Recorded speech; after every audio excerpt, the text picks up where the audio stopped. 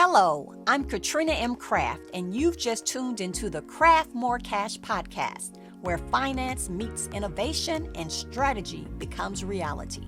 I'm on a mission to equip business founders with the financial savvy they need to grow real wealth.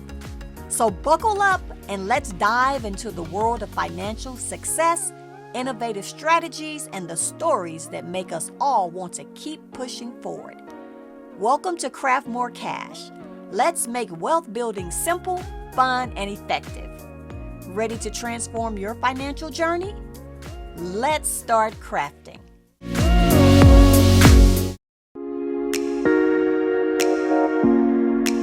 Hello, I'm Catrina M. Craft, a wealth and tax strategist.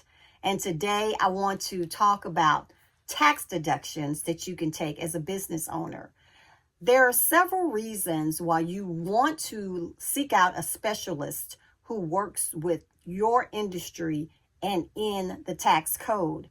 There are certain deductions that are considered ordinary and necessary for your business. That is how the IRS defines if a deduction can be taken. It has to be ordinary and necessary in your industry. That's a vague term. So it all depends on the facts and circumstances. That's why it's important to know if you are in a certain industry, what is ordinary and necessary in your industry. I'm going to give you an example of ordinary and necessary and some cases that have come across my desk, which I have found interesting on the IRS allowing certain deductions. One was a bodybuilder. So a bodybuilder was paying for tanning lotion so his muscles could glisten. He was paying for buffalo meat, and he was paying for certain vitamins. Well, when you go to the tax code, if his profession and his business is bodybuilding, there are certain items in bodybuilding that you can deduct. But if you are an ordinary person and your business is not bodybuilding and you just want the buffalo meat because it's lean and you want vitamins, and I don't know why you would want some glistening lotion, but maybe you would.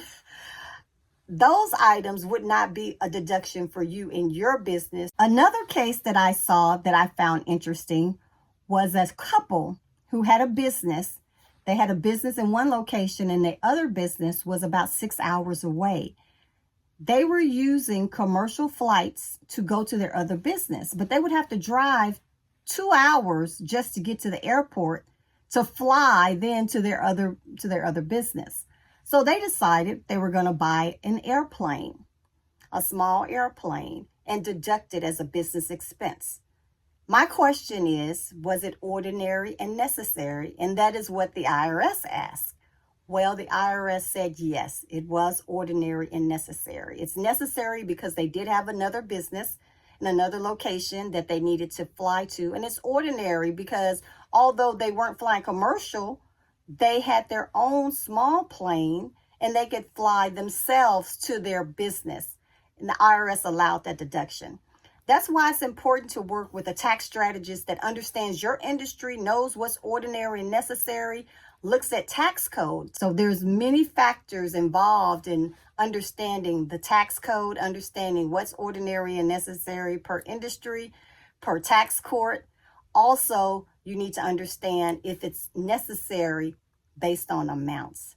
Sometimes the IRS will look at, oh, I want to go to a conference in Maui, but they have that same conference in your town with the same information. The IRS may say that is not necessary because you're spending more money going to the event and it had the same information at your local conference.